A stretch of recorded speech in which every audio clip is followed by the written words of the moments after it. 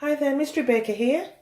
Welcome to What We Need Wednesday, which is a brief run through of what you'll need to make the unicorn. And on Friday, I'll be showing you exactly how to make it. So I'm going to do a quick recap. You're going to need some white fondant.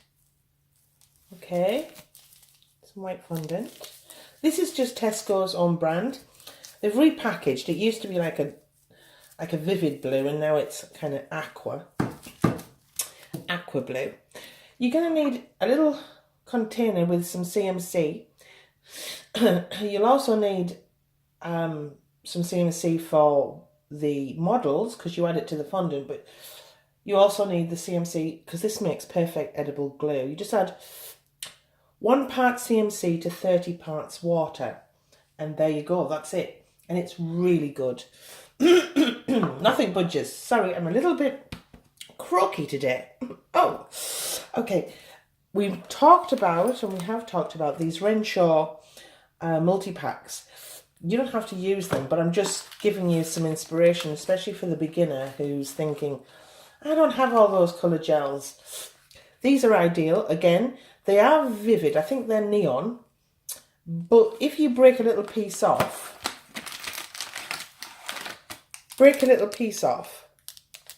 cover that back up, and then add it to your white, you will make pastel shades.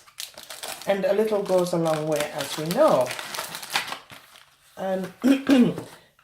You'll need some edible glitters. I've got here, this is a beautiful one actually. And I've used that in my unicorn. It's called Rainbow Dust. Oh, it's called Pastel Pink. And it's absolutely gorgeous. It's not as finely milled. It's not something that you would add to add a sheen. It's something you would add to literally add glitter. And then there's some sheeny ones there.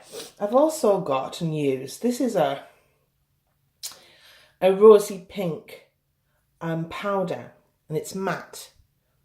And that's lovely for making rosy cheeks and things, and I have used it in the tutorial. But you don't have to do the rosy cheeks on the unicorn. I'm just saying, it's something I've used. This is about using your own imagination. I'm going to show you the basics, and you can do the rest. You can use your own colour scheme.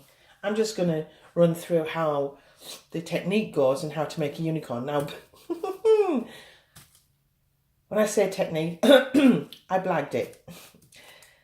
If this is your first unicorn, then we have something in common, because this was the first time I've ever made a unicorn too, so it worked out okay. So if I can do it, anyone can. So I've got some cutters here.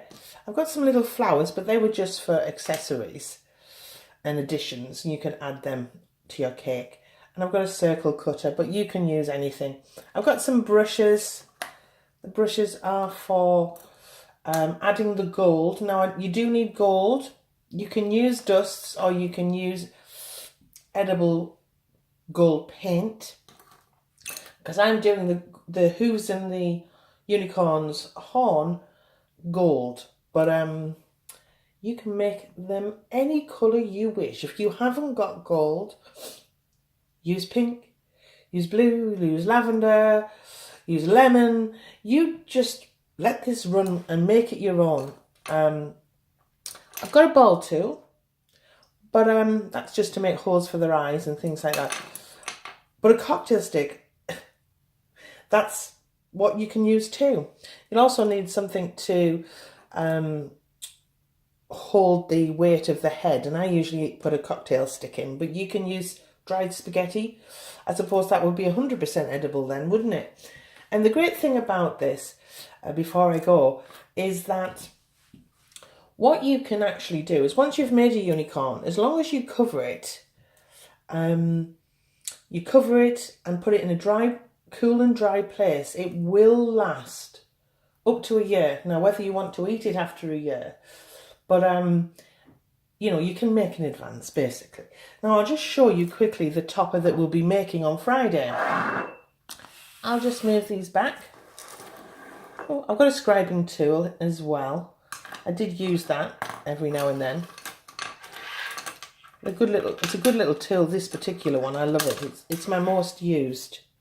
It's got a flat end and then a pointy end. Sorry, I'm making a mess.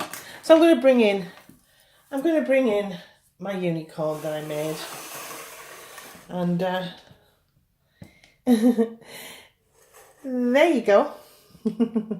That's what we'll be making on Fondant Friday. As you can see, I added this glitter, this one here, to the hair. I don't know if it's picking up the sparkle, but it's really pretty, you know. And I painted these gold with some edible paint, gold paint, but you can use gold powder. And I painted the hooves.